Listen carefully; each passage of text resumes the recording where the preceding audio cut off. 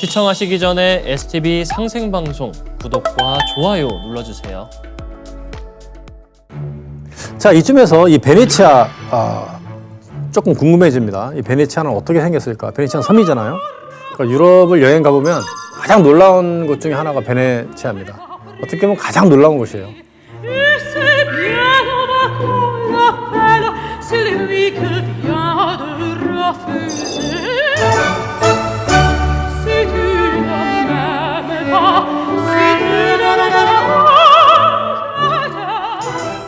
어떻게 저렇게 만들었을까? 그것도 이제 늪지대에 만들었다 이겁니다. 그 비화를 잠시 보겠습니다. 저걸 알려면은 중앙아시아의 상황과 그 다음에 이 몽골 대초원 지역 이쪽의 상황을 좀 알아야 됩니다.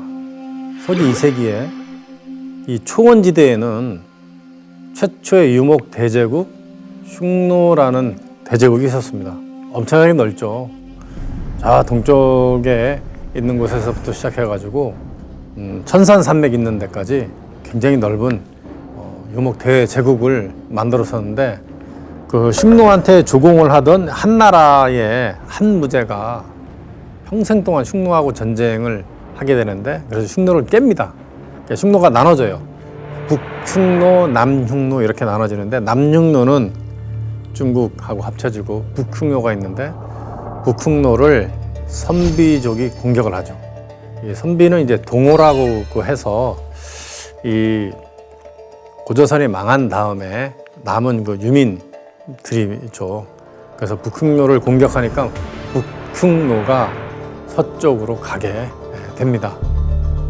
강거라는 지역에 있다가 그쪽을 합치고 나서 지금의 헝가리 부다페스트를 중심으로 한 헝가리 판노니아 대평원의 훈 제국을 만들어요. 훈 제국. 4세기에 이렇게 만들게 되죠. 이제 훈 제국에 의해서 실질적으로 로마가 망하게 됩니다. 로마가 이제 망하게 됐죠. 이 훈 제국의 땅은요, 지금의 중국 땅덩어리보다 훨씬 컸습니다. 엄청나게 넓은 지역을 차지를 했죠. 기만민족들이 뭐 싸움도 잘하고 로마하고 싸우면 항상 이겼으니까요. 스텝 지역을 잠시 보시면은 스텝 지역이 8,000km입니다. 동서로 8,000km. 8,000km의 스텝 지역에 굉장히 특이한 현상이 있는데 일단은 그 북이 30도부터 보면 30도 지역은 이제 사람들이 잘 살 수 있는 그런 조건을 갖고 있죠. 농사도 잘 되고 하는 곳이고 중국 지역은 40도 지역 부분에 사막이죠. 고비 사막, 뭐 타카나마칸 사막, 만주도 마찬가지입니다. 근데 북이 50도 지역은 초원 지역인데 주로 이제 유목민들이 사는 곳입니다. 근데 이 50도 지역에 어떤 자연적인 특징이 있냐 하면은 봄이 돼서 비가 와야 되는데 비가 3개월 동안 안 와요. 그럼 아주 풀도 안 나고 농사가 전혀 안 되거든요. 그래서 깽이라고 하는 자연 현상이 오기도 하고요. 그 다음에 쪼드라는 게 옵니다. 쪼드는 뭐냐면 가을에서 겨울을 넘어가기 전에 갑자기 영하 40도에 추위가 확 옵니다. 사람은 텐트 안에 들어가서 사는데 가축이 다 죽습니다. 몇백 마리, 몇천 마리 한 번에 죽어요. 그러니까 전체가 나타나는 게 아니고 부분 나타나는데 이런 쪼드 때문에 다 죽어요. 그래서 이 스텝 지역에 사는 사람들이 하는 얘기가 있어요. 예전부터 전해 내려오는 아무리 활 잘 쏘고 싸움을 잘하는 장수도 활 한 방이면 가고 아무리 부자도 쪼드 한 방이면 거지가 된다. 그래서 이런 쪼드 때문에 사실은 이제 약탈 문화가 생기고 가을이 되면 청고마비의 계절이 되면 쪼드가 올 것을 대비해서 먹을 것을 준비를 해야 되니까 만리장성 남쪽으로 내려와서 물건을 훔쳐다가 이렇게 간 것이 이제 기만민족들이죠. 그런데 그 훈족이 들어와서 이제 훈가리를 만들었잖아요. 이 가리가 땅이란 뜻이고 훈은 훈족이란 뜻입니다. 훈족의 후손인 이 마자르족이 와요. 우리가 말갈족이라고도 얘기하는데 마자르 오르사구, 말갈족이 땅이다 이런 뜻입니다. 근데 똑같은 말이에요. 그러니까 이제 우리는 헝가리라고 하지만 헝가리 사람들은 이제 자기는 나라 이름을 머저르 오르사구라고 이렇게 얘기합니다. 그러니까 외국인들이 우리나라를 코리아라고 하지만 우리는 대한민국이라고 하듯이 부르는 명칭이 영어식 표현하고 우리가 부르는 게 이제 다른 거나 마찬가지죠. 영어식으로 헝가리. 그다음에 헝가리 말로는 모제로르사고 이렇게 얘기합니다. 그래서 896년도에 훈저기 후손이 마자르인들이 건국을 하기 전에 어떤 일을 했냐 하면 유럽을 훈족만큼 완전히 휘짓고 다닙니다. 저렇게 활을 엄청 잘 쏘잖아요. 그 헝가리 판노니아 대평원 대초원 지역이에요. 산이 전혀 없습니다. 저런 모습이 나올 정도로 엄청 무서운 거예요. 그러니까 훈족이 오지, 그 위에 뭐 게르만, 뭐 고투족이 오지, 그 다음에 마자르가 오지. 그래서 내륙에 있는 사람들이 저런 사람들이 오면은 이제 도망가는 거죠. 어디로? 섬으로. 그러니까 하도 기만족들이 많이 오니까 거기 내륙에 있었던 귀족들은 더 이상 앞으로 이제 좋은 시절이 오지 않겠다라는 것을 자기네가 아는 거죠. 그래서 짐 싸들고 갑니다. 이미 가 있는 사람들한테 나도 왔어요 해서 했던 말이 베니에티암인데 이게 베네치아입니다. 강하구에 있었던 그 조그마한 섬들, 여러 가지 섬들을 합쳐서 만들었는데 근데 그냥 만들 수 없잖아요. 그 발칸반도에 있는 나무들을 자릅니다. 잘라와서 저기를 박아요. 발칸반도에 있는 나무들을 잘라와서 다 박고 그다음에 크로아티아에 있는 세상에서 제일 좋은 하얀석 그 석회암, 대리석만큼 좋은 석회암을 거기 위에 올려놓습니다. 그리고 거기에 있는 돌들을 가져와서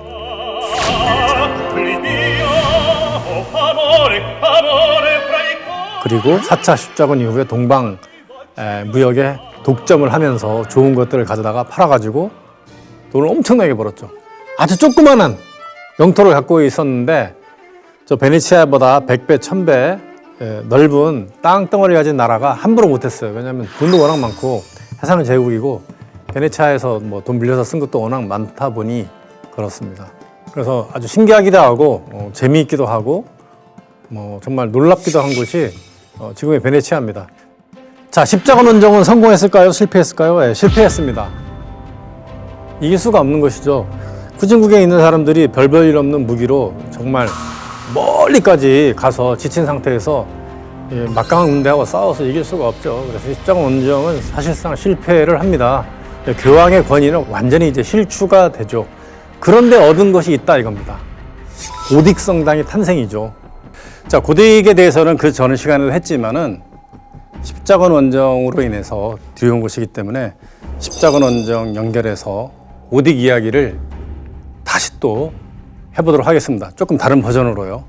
자, 고딕이라는 이름, 미켈란젤로의 제자였던 바사리가 이 비아냥거리면서 고투족이 만들었다 해가지고 야 저건 뭐 형편없어 뭐 이런 식으로 얘기를 했다고 해서 고딕이 됐다고 하기도 하고요. 또 고대 세계의 언어로 고딕인 건물이라는 의미도 있다고 합니다. 그래서 고딕하면은 세 가지의 기본적인 요소가 있습니다. 이 첨두아치, 뾰족아치 높게 지을 수 있는 그 다음에 볼트가 있는데 이렇게 우리 갈비살처럼 되어 있는 볼트를 갈비 볼트라고 하는데 그게 다르고요. 그 다음에 높으니까 무너지지 말라고 받치는 것 같다 그래서 그냥 버트레스라고 하는 용어가 있습니다. 그러니까 첨두아치, 갈비 볼트, 버트레스가 있는데 이 세 가지가 고딕 양식의 특징입니다. 그래서 최대한 공간을 넓게, 내부 공간을 넓게 만들고 빛을 많이 들어오게 하려고 하는 거예요. 빛이 중요합니다. 기독교도 빛의 종교이기 때문에 그렇습니다. 자, 그러면 고딕하고 이제 로마네스크하고 살짝 비교를 그 전 시간에도 한 적이 있는데 볼트를 보시면은 이렇게 갈비 볼트, 늑골 볼트라고 하죠. 하는 것이 있고요. 그 다음에 그거보다 좀 더 세밀하게 부채살처럼 이렇게 쫙 퍼진 것 같은 모양으로 되어 있는 부채 볼트도 있습니다. 부채 볼트 보면은 진짜 숨이 떡 막히죠. 야, 저걸 도대체 어떻게 저렇게 만들었을까 하는 그런 게 있습니다. 터널은 높게 못 쌓았습니다. 왜냐하면 기술적으로 조금 부족한 게 있기 때문에 공간을 넓게 만드는데 어떤 한계가 있는 것이죠. 고딕은 좀 더 수월하다. 이거를 보시면 되겠고요. 그래서 볼트 하는데 지금 그림에 보이는 그 장면 자체가 이제 볼트예요. 이렇게 아치가 이렇게 올라가 있는데 쭉 복도로 그 천정이 연결되어 있는 것을 이 볼트라고 하고요. 아까 늑골, 갈비 볼트 말고 부채살 볼트 얘기했는데 이거 얼마 전에 그 런던 웨스트민스터 사원에 가서 찍은 건데요. 보면은 이렇게 기둥 쪽이 나와서 부채가 이렇게 펼쳐져 있는 모습을 하고 있는데 숨 막히죠, 저게. 제가 돌들을 하나씩 연결한 겁니다. 그래서 펜 볼트 이렇게 얘기를 하는데 버트레스가 특이한 거죠, 버트레스. 근데 이제 벽에 딱 붙어서 벽이 있으면 내가 옆에 딱 붙어서 무너지지 못하게 하는 거를 그냥 그 부벽이라 그래서 나와 있는 벽이다 그래서 부벽이라고 하는데 그러니까 손이 이렇게 나와서 딱 받친 거는 이 손이 이렇게 날아간 거잖아요. 그래서 이걸 날아간 플라잉 버트레스다 이렇게 얘기해요. 플라잉 버트레스. 공중 부벽이라고 그러죠. 그래서 부벽들이 막 날아다니죠. 이것도 이제 웨스트민스터 사원의 부벽을 보고 계시는 거고, 뭐 고딕 성당에는 반드시 있어요. 가장 멋있는 이 볼트는 프라하 성, 옛날 왕궁에 있는 공간입니다. 전 세계에 있는 대청마루 중에 가장 큰 대청마루예요. 옛날에 저기서 마상 창시합을 했던 곳이고, 현재는 대통령 선거라든가 의회의 모임을 저기서 합니다. 근데 이런 볼트라든가 이런 그 기술 이런 것들을 현대 건축 하시는 분들이 만들 수 있을 것 같죠? 못 만듭니다. 저거를 만들었던 기술을 갖고 있었던 어떤 집안에서 대대로 이어져 내려오는 비밀입니다. 저거를 공개하지도 않고 또 안다고라도 저렇게 만들 수가 없어요. 가보면 진짜 미스테리하죠. 아니 저렇게 아주 얇은 선으로 이렇게 나오게 해서 저 어떻게 만들었을까 싶을 정도로 대단한 기술이죠. 뭐 어떤 쇳덩어리가 들어가서 쇠로 이렇게 아치를 만든 것도 아니고 그냥 돌 자체로 이렇게 넓은 공간을 만든 게 굉장히 신기한 모습입니다. 뭐 이거는 쾰른 대성당인데 쾰른은 워낙 유명하죠. 이 대표적인 이제 성당 중에 하나인데 높게 만든 모습을 볼 수가 있고요. 제가 이탈리아는 이제 고틱 양식이 많지 않다고 말씀을 드렸는데 밀라노에 있는 밀라노 대성당 같은 경우에도 여기에도 이제 전부 대리석으로 만들었어요. 정말 화려하죠. 보면은 이제 별거 아닌 것 같은데 이 전부 대리석이고 이 벽면에 엄청나게 많은 인물상들을 해놨어요. 뭐 성경 속에 나오는 뭐 성경 이외의 그 여러 성인들 다 조각을 해놨는데 저기 뾰족뾰족한 탑 위에 다 사람이 올라가 있어요. 그러니까 조각상이 다 올라가 있다는 것이죠. 저거를 이제 완성한 사람이 나폴레옹입니다. 하필이면 이탈리아가 아닌 프랑스 사람이 저걸 이제 완성을 시킨 것이고요. 이게 그 노트르담 드 파리, 노트르담 대성당입니다. 우리가 노트르담 하면 성모 마리아 성당을 이야기하는데 그 성모 마리아 성당이 뭐 여러 나라에 있습니다. 프랑스에 있는 여러 도시에도 있고 그래서 노트르담 성당 하면 안 되고 파리에 있는 노트르담, 마르세유에 있는 노트르담 이런 식으로 얘기를 해야 됩니다. 그래서 노트르담도 파리 이렇게 얘기하는데 그 유명한 노트르담의 꼽추의 배경이 되었던 곳이기도 하고 몇 년 전이죠. 화재가 나서 무너진 그런 곳이기도 하고요.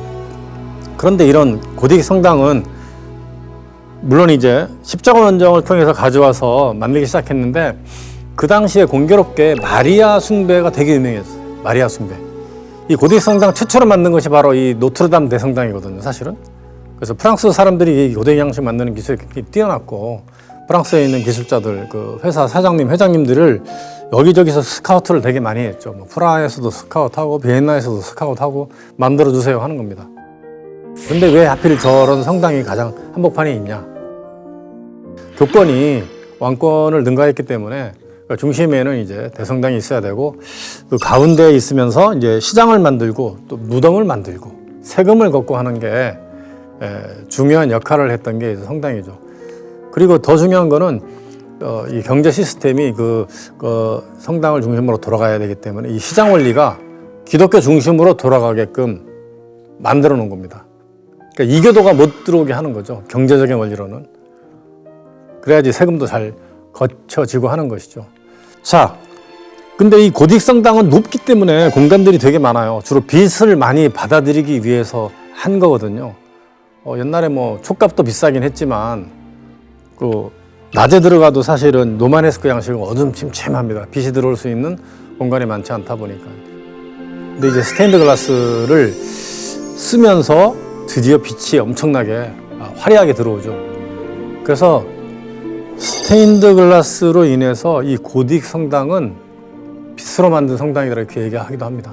빛으로 만든. 우리가 이제 가우디 성당 이야기하는데 가우디가 빛은 모든 장식의 기초이다. 빛은 조형 예술을 지배한다. 이 사람도 사상이 좀 동양적인 문화, 어떤 수행 문화와 연관된 그런 것들을 많이 심취한 것 같아요. 이 건축가들은 옛날에 조각가 같은 사람들은 수행 문화, 뭐 어떤 빛의 문화 이런 것들을 다 알고 있었던 사람으로 보여집니다. 그렇지 않고는 저렇게 만들 수가 없는 건데 쉽게 얘기하면 신플라톤주의 사상을 많이 받았다 이거죠. 왜냐하면 회기를 할 때 그냥 회기를 어떻게 하느냐, 내가 수행을 해서 주문 수행을 해서 빛을 받아야 된다는 거예요. 빛이 내려와서 내가 빛을 받아야 된다. 그러니까 광명 체험을 해야지 하나로 될 수 있다라고 하는 그런 수행 문화를 가진 사람들이 신플라톤주의자들인데 뭐 수행하는 거 이렇게 도통 문화도 다 이 사람들은 비밀로 했기 때문에 많이 몰랐죠. 자, 어쨌든 그 스테인드 글라스는 거의 모든 고딕 성당에 다 있습니다. 누가 많이 만드느냐에 따라서 다른데요. 그 중에 가장 화려한 스테인드 글라스 성당은 생샤펠 성당이라고 합니다. 이제 노트르담 성당에서 멀리 떨어져 있지 않은 생샤펠 성당인데 루이 9세가 프랑스 왕 루이 9세가 십자가 원정에서 이렇게 습득한 보물을 보관하기 위해서 만들어 놓은 성당인데요. 성경 속의 내용 113개의 에피소드를 스테인드 글라스에 이렇게 그려놓은 거예요. 그러니까 정확히 그렸다기보다도 이거는 조각 하나하나를 이렇게 납으로 이렇게 연결한 거거든요. 엄청난 국력인데 빛을 들어오기 위한 그 조건으로 만들었다. 특히 고딕 성당이 이제 그렇다는 거죠. 이게 다 이제 성경 속의 그림이라든가 인물들이 다 도안으로 그 생률이 하나하나를 조그만하게 다 맞춰서 이제 들어간 건데 여기 생샤팔에 있는 건 틀이 아주 끝내줍니다. 틀. 뿌앙블라양이라고 해서요. 이 불꽃이 막 이렇게 타오르는 물결 모양의 틀을 했어요. 그래서 이 틀이 아주 특이하다 이겁니다. 그런데 이 초기의 그 기독교 모습에 좀 근접한 것들이기 때문에 이 표현하는 것들이 좀 원초적이죠. 그 요한계시록에 나오는 그 7개의 촛대, 뭐 7개의 별 이런 걸 표시했는데 북두칠성을 표시한 그런 모습을 하고 있어요. 별 7개를 이야기한 거예요. 그 신이 있는 그 자리 별 7개. 저건 알베르 히트 뒤러라고 하는 굉장히 르네상스 시대에 유명한 그 북방 르네상스죠. 독일 출신이고 오스트리아 합스부르크 왕실에서 일했던 사람이 이제 판화로 그린 것이고요. 그 다음에 생샤펠을 계속 보자면 위에서 가운데서 이렇게 해서 올려다보면 저런 모습을 하고 있습니다. 아주 얇은 이 뼈대 모양의 어떤 기둥 사이에 유리가 훨씬 더 많이 들어간 모습인데 최대한 빛이 많이 들어오게끔 설계를 했다는 것을 알 수가 있습니다. 근데 천장은 푸른 바탕에 엄청나게 많은 별들을 그려놨어요. 별이 쏟아져서 내려오는 그런 모습으로 해놨다 이겁니다. 근데 스테인드 글라스 가장 멋있는 데는 어딜까? 뭐 크고 이렇게 화려한 데는 있는데 가장 멋있는 예술성으로 높고 정말 특징적이고 상징적인 데는 프라하입니다. 한 가지 특이한 것은 이제 19세기에 와서 저거를 다 완성을 했거든요. 그러다 보니까 600년 동안 완성되지 못한 성당을 완성하는 성당 완성위원회를 만들었는데 그 기부를 받았습니다. 교육부에서도 받고 은행에서도 받고 보험회사에서도 받고 막 이랬어요. 그런데 이제 왼쪽에 있는 스테인드 글라스는 뭐냐면 보험회사에서 받은 건데 정말 웃깁니다. 이게 보험에 그 약관에 대해서 나온 거예요. 여기 보시면 이제 화재가 났을 때, 아버지가 돌아가셨을 때, 홍수가 났을 때, 강도가 만나서 강도가 상해를 입었을 때 등등 그림을 그려놨어. 그림을 그려놓고 그래서 이렇게 하면은 우리 그 보험회사에는 이렇게 보상을 해줍니다라고 해서 그 보험회사 광고가 스테인드 글라스에 들어가 있는 게 이제 프라하 비투스 대성당입니다. 그다음에 이제 빛을 워낙 그 중요시하고 했기 때문에 이 성체 또 이 성광이라고 하죠. 성광, 몬스트란스라고 하는 이 성광을 많이 만들어요. 저번에 뭐 파리 노트르담 대성당에 있는 봉헌실에 제가 갔다가 이제 찍은 건데 태양이 빛을 발산하는 형태를 하고 있어요. 이런 거는 언제 사용하냐면요. 그 로마 카톨릭이라든가 아니면 이제 성공회에서 이 성체 그 그리스도의 몸이죠. 그리스도의 몸이 어떤 내려온 강복을 한다 해서 그런 시간대 뭐 성체현 뭐 또 성시간 뭐 이럴 때 전례용으로 저런 걸 이렇게 앞으로 가면서 이렇게 사용을 하는데 이게 좀 눈에 띄었던 겁니다. 다이아몬드를 엄청나게 많이 넣어서 만든 거예요. 루이 18세의 다이아몬드 성광입니다. 빛이 퍼지는 효과를 극대화하기 위해서는 이제 다이아몬드가 최고였던 것 같아요. 이 반짝반짝 거리는 게 더 이제 힘했겠죠. 자, 지금까지 고딕에 대해서 말씀드렸습니다. 고딕 성당은, 그러니까 고딕 양식은 유럽인들이 200년 동안 십자가 원정했을 때 그 선진국에서 봤던 그 기술을 들여다가 만든 것이죠. 좀 더 공간을 넓고 높게 빛이 많이 들어오게끔. 유럽에 엄청 많아요. 대도시 웬만큼 중요한 데 가면은 고딕 양식의 성당은 하나씩 다 보인다는 거. 뾰족한 성당이 높게 있으면 저건 고딕이겠다 생각하시면 거의 90% 이상은 맞습니다. 자, 다음 시간에는 고딕 다음에 르네상스잖아요. 예? 뭐 비잔틴에서 로마네스크, 고틱, 르네상스, 바로크, 로코코 하면서 쭉 이어져 나가는데 다음 시간에는 그 중요한 르네상스 이야기를 하도록 하겠습니다.